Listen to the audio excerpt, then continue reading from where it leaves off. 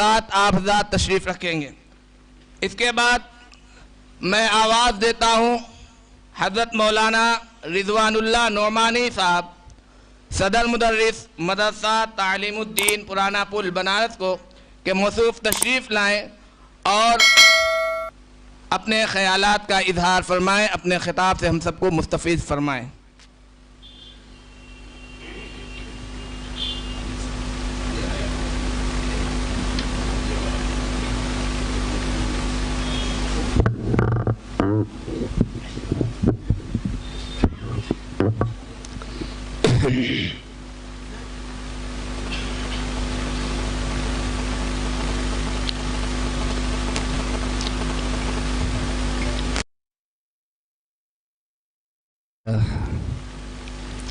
الحمد لله نحمده ونستعينه ونؤمن به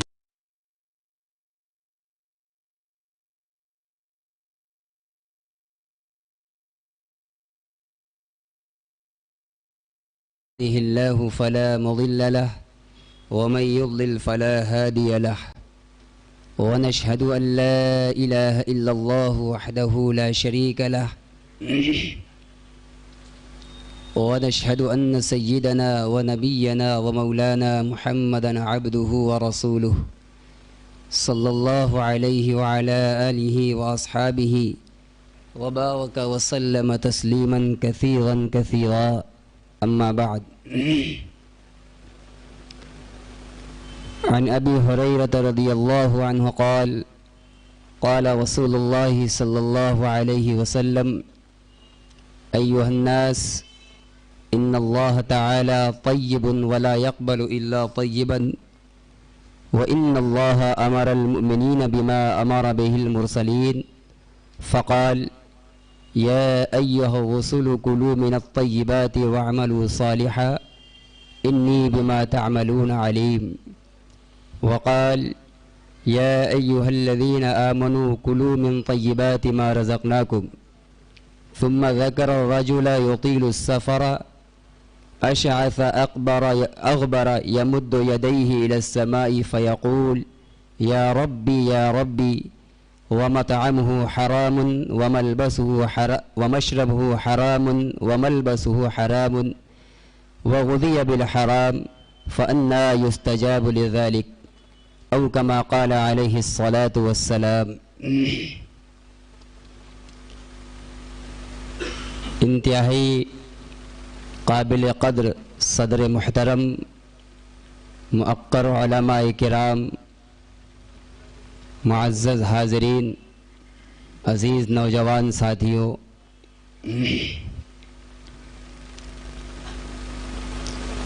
سیرت طیبہ اور اصلاح معاشرہ کے عنوان سے اس اجلاس کا انعقاد ہو رہا ہے، اور مسلم سماج کے اندر دین و مذہب کے اعتبار سے مختلف پہلوؤں سے بگاڑ، خرابیاں موجود ہیں، مختلف شعبہ زندگی دینی اور مذہبی اعتبار سے پسماندگی کا شکار ہیں۔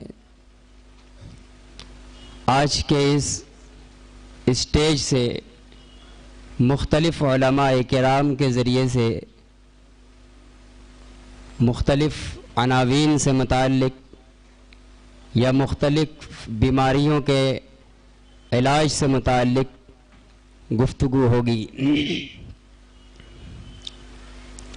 مجھے کاروبار روزی روٹی کے سلسلے میں جو انسان بھاگ دوڑ کرتا ہے، لین دین کرتا ہے، اس سلسلے میں حرام و حلال سے متعلق اسلامی ہدایات اور پیغام پیش کرنے کا مجھے مکلف بنایا گیا ہے۔ میرے محترم بزرگوں اور دوستو، انسان کی زندگی کے اندر اور بالخصوص وہ انسان جو خاتم الانبیاء جناب محمد الرسول اللہ صلی اللہ علیہ وسلم کی غلامی میں آنے کے بعد مومن اور مسلمان بن جاتا ہے، ایسوں کی زندگی کے اندر دنیا کے اس اسباب کے میدان کے اندر جو سب سے بنیادی اور بہت بڑا کردار جس چیز کا ہے وہ انسان کے اندر پہنچنے والی غذا کا ہے۔ یوں تو دنیا کا ہر جاندار، اللہ کی ہر مخلوق اپنی حیات دنیاوی کی بقا کے لیے، نشو و نما کے لیے اپنے اپنے مزاج اور طبیعت کے اعتبار سے غذا کی ضرورت مند ہے، لیکن انسان جس طریقے سے بہت سے میدان میں اللہ تعالیٰ کے کچھ مخصوص احکام اور ہدایات کا مکلف ہے، اسی طریقے سے اللہ تبارک و تعالیٰ نے اس کو اپنے جسم کی، اپنی نسلوں کی ساخت و پرداخت اور نشو و نما کے اندر بھی غذا کے انتظام اور اس کی فراہمی کے سلسلے میں بھی اللہ نے اس کے لیے کچھ حدود و قدود متعین فرمائی ہیں اور اپنے ان بندوں کو ان کا پابند اور مکلف بنایا ہے۔ اور جس طریقے سے دیگر شعبہ زندگی سے متعلق خدائی ہدایات اور نبوی ارشادات کی پاسداری کے نتیجے میں مسلمان اللہ کا صالح اور نیک بندہ بن جاتا ہے، اللہ کی طرف سے اس کو اجر و انعام سے نوازا جاتا ہے، بالکل اسی طریقے سے اس غذا اور خوراک کے معاملے کے اندر بھی بھی جو مسلمان اللہ اور اس کے رسول کی ہدایات اور حدود و قیود کی پاسداری اور پابندی کرتا ہے، وہ بھی اجر و ثواب اور انعام کا مستحق ہوتا ہے۔ بلکہ دیگر شعبہ زندگی سے متعلق جو خدائی ہدایات و پیغامات ہیں ان کو برتنا، ان کو اپنے اندر نافذ کرنا، عبادات کے لیے کھڑے ہو جانا، تقوی و پرہیزگاری کے مقام کو حاصل کر لینا، ان سب کے پیچھے انسان کے اندر پہنچنے والی غذا کا بڑا خاص کردار ہے۔ اس لیے اللہ تبارک و تعالی نے عام حیوانوں کی طرح انسانوں کو غذا کے معاملے میں آزاد نہیں چھوڑا ہے، کچھ ہدایات اور پابندیاں نافذ فرمائی ہیں۔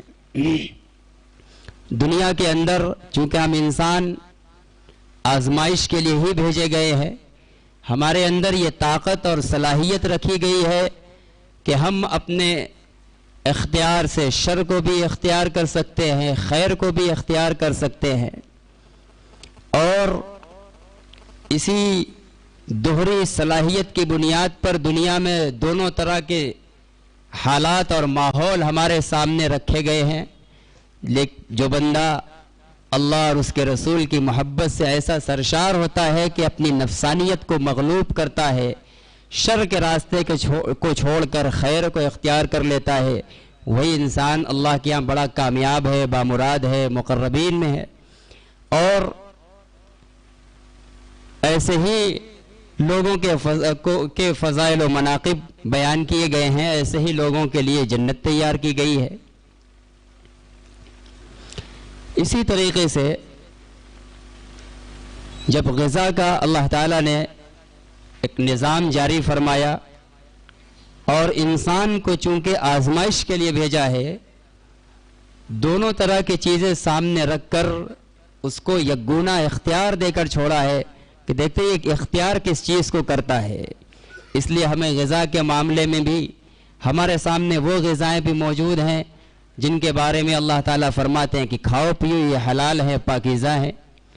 ہمارے سامنے وہ غذائیں بھی ہیں جن کو حرام کہا گیا ہے، ناپاک کہا گیا ہے، جس سے منع کیا گیا ہے، اور ہمارے ہاتھ کے اندر اٹھانے کی، منہ کے اندر چبانے کی طاقت و صلاحیت، حلال غذا کو بھی چبانے کی صلاحیت ہے، حرام کو بھی لقمے سے اتارنے کی صلاحیت ہے۔ لیکن اس موقع پر ہمیں اللہ سے اپنے سچے تعلق اور نبی اکرم صلی اللہ علیہ وسلم سے سیکھنے جاننے اور سمجھنے کی ضرورت ہے، تاکہ کوئی ایک ادنا سے لقمہ بھی ہمارے حلق سے حرام اور مشتبہ نہ اتر جائے۔ ابھی خطبے کے اندر جو میں نے حدیث پڑھی ہے، اللہ کے نبی صلی اللہ علیہ وسلم کا فرمان نقل کیا ہے، سیدنا حضرت ابو ہریرہ رضی اللہ وَعْمَلُوا صَالِحًا، اور نیک اعمال کرو، انی بما تعملون علیم، بلا شبہ میں خوب جانتا ہوں ان کاموں کو جو تم کرتے ہو، تمہارے اعمال کو خوب جاننے والا۔ یہاں اس آیت کے اندر اللہ نے اپنے رسولوں کو حکم دیا ہے کہ حلال اور پاکیزہ غذا کھاؤ، اور پھر اس کے بعد فرمایا وَعْمَلُوا صَالِحًا۔ مفسرین نے لکھا ہے کہ حلال غذا کا ذکر کرنے کے بعد فوراً اعمال صالحہ کا حکم دیا، یا اعمال صالحہ کا حکم دینے سے پہلے طیب اور پاکیزہ غذا کا حکم فرما رہے ہیں۔ اس سے پتہ یہ چلتا ہے کہ اعمال صالحہ پر انسان کے ابھرنے میں اور اس کی توفیق کے ملنے میں حلال اور پاکیزہ غذا کا خاص کردار اور دخل ہے۔ پھر آگے فرمایا ایمان والوں کو وہی حکم دیا ہے جو رسولوں کو دیا ہے، تو دوسری جگہ اللہ تعالیٰ نے ایمان والوں کو فرمایا یا ایھا الذین آمنوا کلوا من طیبات ما رزقناکم، اے ایمان والوں ان پاکیزہ چیزوں میں سے کھاؤ جو ہم نے تم کو دیا ہے۔ دنیا کے اندر حرام، غلط اور مشتبہ چیزیں بھی پڑی ہوئی ہیں، اللہ نے اپنے رسول کے ذریعے منع فرما دیا ہے، پابندی لگا دی، ہمیں ان چیزوں سے بچنا ہے۔ تو آج اس سماج کے اندر، ہم لوگوں کے اندر اس معاملے کے اندر بے احتیاطی بڑھ گئی ہے اور دن بدن بڑھتی جا رہی ہے۔ کاروبار اور لین دین کو قرآن و سنت سے الگ چیز سمجھا جانے لگا ہے۔ نماز کے مسائل علماء سے پوچھنے کی ضرورت ہے، زکوٰۃ کے مسائل معلوم کرنے کی ضرورت ہے، تلاوت اور قرآن کے فضائل اور تلاوت کے آداب سیکھنے اور سمجھنے کی ضرورت ہے۔ کاروبار ہمیں کرنا ہے، کیسے کرنا ہے، بیع کہتے کس کو ہیں، اس کے شرائط کیا ہیں، اس کے ارکان کیا ہیں، کوئی ضرورت ہم اس کی محسوس نہیں کرتے۔ ہاتھ پیر چلنے لگا، مارکیٹ کے داؤں پیچ سیکھ گئے، بھاگ دوڑ کرنے لگے، ہو گئے کاروبار کرنے لگے، اور نہ جانے کتنی کاروبار کی شکلیں ہمارے اس بنارسی کاموں کے اندر جو ہمارے شرعی بیوع اور بیع و شرع کے مسائل کی شرائط اور اس کے ارکان کے مطابق فٹ نہیں آتے، ناجائز ٹھہرتے ہیں، لیکن دھڑلے کے ساتھ ہر حاجی اور نمازی کر رہا ہے، اس لیے کہ ہم نے اس کو جاننے کی ضرورت کبھی نہیں سمجھی۔ سیدنا عمر بن خطاب رضی اللہ تعالیٰ عنہ کا عام اعلان تھا کہ خبردار جو شخص تجارت اور بیع و شرع کے مسائل نہ سیکھے وہ ہم مسلمانوں کے بازار میں خرید و فروخت کرنے نہ آئے، اس لیے کہ وہ لوگوں کو سود میں ملوث کرے گا اور خود بھی سود میں پھنسے گا۔ آج یہی تو ہو رہا ہے، رشوت ہے، سود بازاری ہے، عام ہوتی چلی جا رہی ہے، حرام و حلال کی تمیز اٹھ گئی ہے، ہر انسان کا ذہن، اس کا مزاج، اس کا خیال صرف یہ بنا ہوا ہے کہ کیسے مال کی کثرت ہو جائے۔ آج پوری باغ دوڑ، پوری محنت اور مشقت صرف کثرت کے لیے ہو رہی ہے، نہ برکت والے اعمال ہم کرتے ہیں اور نہ ہمیں برکت کی ضرورت محسوس ہوتی ہے، بس کثرت مطلوب ہے، چاہے حرام طریقے سے آئے چاہے حلال طریقے سے آئے، چاہے اس کے لیے کاروبار میں ہمیں کسی کو دھوکہ دینا پڑے وہ بھی ہم تیار ہیں، جھوٹ بولنا پڑے وہ بھی تیار ہیں، اور بڑے دھڑلے سے یہ کہتے ہیں کہ جھوٹ بولے بغیر تو کاروبار ہو ہی نہیں سکتا۔ کوئی معمولی جملہ نہیں ہے، یہ بہت خطرناک جملہ ہے، گناہ کبیرہ ہے، گناہ کبیرہ، اور کسی گناہ کبیرہ کو حلال سمجھ کر کرنا، یہ کوئی آپ کسی مفتی سے فتویٰ لے لیجئے کیا حکم لگے گا۔ بڑے دھڑلے سے یہ جملہ ہم لوگ بولتے ہیں، اور کاروبار میں جیسے چاہے جھوٹ، فساد، دھوکہ دھڑی۔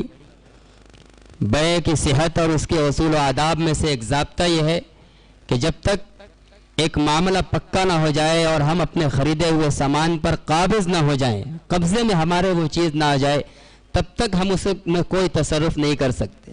لیکن ہم ابھی ایک چیز ان سے خرید رہے ہیں، معاملہ طے نہیں ہوا، سامان دیکھا نہیں، اگلی ڈیل اس سے آگے کر لی، کر رہے ہیں دھڑلے کے ساتھ، کوئی پوچھنے اور شکل معلوم کرنے کی ضرورت نہیں ہے، نہیں سمجھتے۔ سود عام ہے، قرض لینے دینے میں بھی ہو رہا ہے، چیک کے بٹے کی شکل میں بھی ہو رہا ہے، اب اتنا عام چیز ہے، چیک کا بٹا ایسا عام ہو چکا ہے، ایسا رائج ہو چکا ہے کہ اب پارٹی کی چیک کی ویلیو اسی سے معلوم کی جاتی ہے کہ اس کا بٹا ہو جاتا ہے کہ نہیں۔ یہ ہے ہماری شناخت، یہ ہماری پہچان۔ جس چیز پر اللہ نے لعنت فرمائی ہے، رسول اللہ نے لعنت فرمائی ہے، اور جس سود پر اللہ کی طرف سے جنگ کا اعلان ہے، وہ آج ہماری شناخت اور شعار بنا ہوا ہے۔ مسلمانوں، اپنے کاروبار کو درست کرنے کی ضرورت ہے۔ حضرت عبد الرحمن ابن عوف صحابی رسول، کیا آج ہے ہمارے بیچ ان سے جیسا مالدار؟ کیا ان کا کاروباری سسٹم اور ان کا نظام ہمارے ہی جیسا جھوٹ، دھوکے اور سود پر مبنی تھا؟ نہیں، خالص صاف ستھرا اسلامی بیع و شرع والا ان کا معاملہ تھا۔ کیسے عظیم الشان تھے، کتنے بڑے مالدار تھے۔ آج ہم کیوں اپنے ایمان کو کمزور کر کے غیروں سے اتنا مروب ہے اور برکت کے بجائے صرف کثرت کے پیچھے لگ گئے؟ اس لیے آج ہم طرح طرح کی پریشانیوں کے اندر مبتلا ہیں۔ حرام مال کے بغیر ایمان کی حلاوت نہ محسوس ہو سکتی ہے اور نہ قلب میں اس کی نورانیت اتر سکتی ہے۔ بہت بنیادی دخل ہے حلال غذا کا۔ اس لیے اپنے کاروبار کے مسائل کو، نہیں آنے والی شکلوں کو علماء اور مفتیان کے سامنے رکھ کر معلوم کرنا چاہیے۔ مستقل یہ قرآن کے اندر بھی بیع و شرع کے احکامات ہیں، ہدایات ہیں، احادیث کے اندر بھی اس کے ابواب ہیں، مختلف قسمیں ہیں، مختلف نام ہیں۔ کتنوں نے تو آج ہم اپنے عرف میں کتنا نام بھی نہیں سنا ہوگا، جانتے بھی نہیں ہوں گے، ایسی ایسی شکلیں ہیں۔ ساری چیزوں کو سیکھنے کی ضرورت ہے۔ ہمارا تجارتی نظام اگر دین کے مطابق ہوگا تو ہمارا کاروبار کرنا بھی ہمارے لیے عبادت ہوگا۔ اللہ کے نبی صلی اللہ علیہ وسلم نے حدیث شریف کے اندر ایسے تجار کے لیے بڑی بشارت سنائی ہے۔ کیا فرمایا؟ 3 چیزیں بیان فرمائی ہیں۔ جس تاجر کے اندر 3 وصف پائے جائیں، ایسے لوگوں کا حشر فرمایا گیا کہ انبیاء اور شہداء کے ساتھ ہوگا۔ ایک وہ تاجر جو اپنے لین دین اور معاملات میں سچا ہو، صدق، سچ بول رہا ہے، جھوٹ نہیں بول رہا ہے، اور پرہیزگاری، تقوی اور پرہیزگاری اختیار کر رہا ہے اور وعدے کو پورا کر رہا ہے۔ یہ اوصاف جس تاجر کے اندر ہیں، ایسے تجار کا حشر بھی انبیاء کے ساتھ کہنے کی اور شہداء کے ساتھ کیے جانے کی بات کہی گئی ہے۔ یہ صرف دنیا دارانہ ایک عمل نہیں ہے، یہ نبوی عمل ہے۔ اللہ کے نبی صلی اللہ علیہ وسلم نے بھی تجارت فرمائی ہے اور انبیاء نے بھی تجارت فرمائی ہے، اور خدائی حکم ہے، اس لیے اس کو خدا کے حکم اور رسول اللہ صلی اللہ علیہ وسلم کی سنت اور حدود و قیود کے مطابق انجام دیا جائے گا۔ یہ بھی ہمارے لیے باعث عبادت ہوگا، باعث ترقی درجات ہوگا، دنیا کے اندر بھی ہمارے لیے امن و سلامتی کا ذریعہ بنے گا، ہماری آخرت کی بھی سرخروئی کا ذریعہ بنے گا۔ حدیث کے اندر آگے اللہ کے نبی صلی اللہ علیہ وسلم نے فرمایا، ایک شخص کا تذکرہ کیا یہ ذکر کرنے کے بعد کہ اللہ تعالیٰ نے ایمان والوں کو انہی باتوں کا حکم دیا ہے جس کا رسولوں کو حکم دیا ہے۔ فرمایا کہ ایک آدمی لمبا سفر کر کے آتا ہے، جس کی وجہ سے سفر کی مسافت کی لمبائی اور دوری اور مشقت کی وجہ سے اس کے بال پراگندہ اور بکھرے ہوئے گرد و غبار سے آلود، انتہائی پھٹے حال میں کہہ لیجئے وہ انسان ہے۔ ترس کھائے جانے کے جو ظاہری حالات ہوتے ہیں بالکل بری طریقے سے، مکمل طریقے سے اس پر اس کے وہ حالات ایسے ہیں کہ بالکل اس کے اوپر ترس کھایا جائے، ایسی پوری صورتحال کے ساتھ وہ اپنا ہاتھ آسمان کی طرف اٹھا کے دعا کرتا ہے اور صدا لگاتا ہے، اے میرے پروردگار، اے میرے پروردگار۔ لیکن حال یہ ہے کہ وَمَطْعَمُهُ حرام، اس کے بدن میں پہنچنے والی خوراک اس کی حرام ہے، اور اس کا پینا حرام، اس کے بدن کا لباس وہ بھی حرام پیسے کا تیار کیا ہوا۔ وَغُذِيَ بِالْحَرام، اور حرام ہی سے اس کی پرورش ہوئی ہے۔ فَأَنَّا يُسْتَجَابُ لِذَلِكَ، کہاں سے اس کی دعا قبول ہوگی؟ دعا کی قبولیت چھن جاتی ہے۔ اس لیے میرے محترم بزرگوں اور دوستوں، عزیز نوجوان ساتھیوں، حلال کا اہتمام کرو۔ جوا اور سٹا مختلف موبائل میں مختلف گیموں کے ذریعے، مختلف پروگراموں کے ذریعے آج بڑی تیزی سے نوجوان لگے ہوئے ہیں۔ رجس کہا گیا ہے، اس کو گندگی کہا گیا ہے، جوئے کو نہیں ہے۔ اس لیے کوئی بھی ایسی شکل آئے، دھڑلنے سے صرف 4 پیسے کے نفع کوئی لالچ میں کود نہ پڑو۔ فوراً ہمیں تو تنبہ ہونا چاہیے کہ اللہ کا حکم کیا ہے، اللہ کے نبی کے فرمان کی روشنی میں اس شکل کا حکم کیا ہے، آیا یہ حلال ہے یا حرام۔ اس لیے ایسی ساری چیزوں سے ہمیں بچنے کی ضرورت ہے، اور جب پورے طریقے پر پاکیزہ اور حلال غذا ہمارے جسم کے اندر پہنچے گی، ایمان کی نورانیت محسوس ہوگی، حلاوت محسوس ہوگی، عبادات کے اندر من لگے گا، لذت ملے گی، اور بھی بہت سی دنیاوی اعتبار سے برکات اور بھلائیوں سے ہم محظوظ ہوں گے، اور حرام کی نحوست سے انسان تقوی سے محروم کر دیا جائے گا، عبادات کی توفیق چھن جائے گی، سوء خاتمہ کا اندیشہ ہے، اور ابھی جو آیا ابھی حدیث کے اندر دعا کی قبولیت چھن جائے گی، اس سے بڑی اور کیا محرومی ہو سکتی ہے۔ اس لیے میرے محترم بزرگوں اور دوستو، آج کی اس مجلس سے ہم سب کے لیے قرآن و حدیث کے حوالے سے یہی پیغام ہے، احل اللہ البیع وحرم الربا، اللہ نے ہمارے لیے خرید و فروخت کو حلال قرار دیا ہے۔ خرید و فروخت اور تجارت کی جائز ناجائز شکلیں، اس کے طریقہ کار سیکھیں، تاکہ محنت مشقت اور حلال کاروبار بھی بسا اوقات بعض ہماری لاپرواہی سے اس کے اندر حرمت کا عنصر شامل ہو جاتا ہے، اس کے اندر بگاڑ آ جاتا ہے۔ شکلوں کو سیکھ لیں، خصوصاً آج کے اس تیزی کے ساتھ بدلتے ہوئے ماحول کے اندر کس قدر اس کے اندر چینجنگ آ رہی ہے۔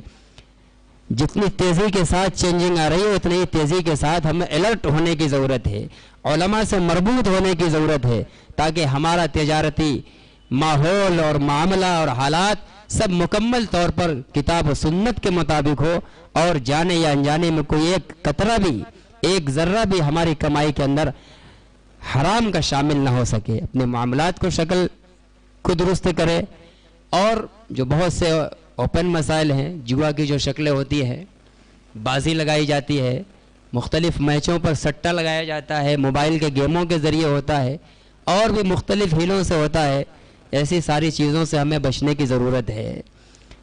حرام غذا کی نحوست نہ صرف یہ کہ ہمیں آخرت میں جھیلنی پڑے گی، دنیا کے اندر بھی انسان اس کے نقصانات کو اور اس کے بھیانک انجام کو بسا اوقات اپنے سامنے دیکھتا ہے۔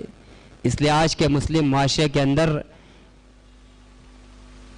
اس پہلو سے بہت بڑی اصلاح کی ضرورت ہے کہ ہماری قوم کا تجارتی نظام درست ہو جائے، لین دین درست ہو جائے، حرص نکال کر اور کامل اللہ پر یقین اور توکل کے ساتھ کاروبار کیا جائے۔ اسی حرص میں کتنے جو ہے بلٹ جاتے ہیں، زمین پر آ جاتے ہیں، اور لاکھوں کروڑوں کے قرضدار ہو جاتے ہیں، خودکشی کرنے کے خیالات ان کے دلوں کے اندر آنے لگتے ہیں اور کر بھی جاتے ہیں۔ ایسا نہ کرے، اطمینان کے ساتھ، اللہ پر اعتقاد اور یقین کے ساتھ تجارت کیا جائے۔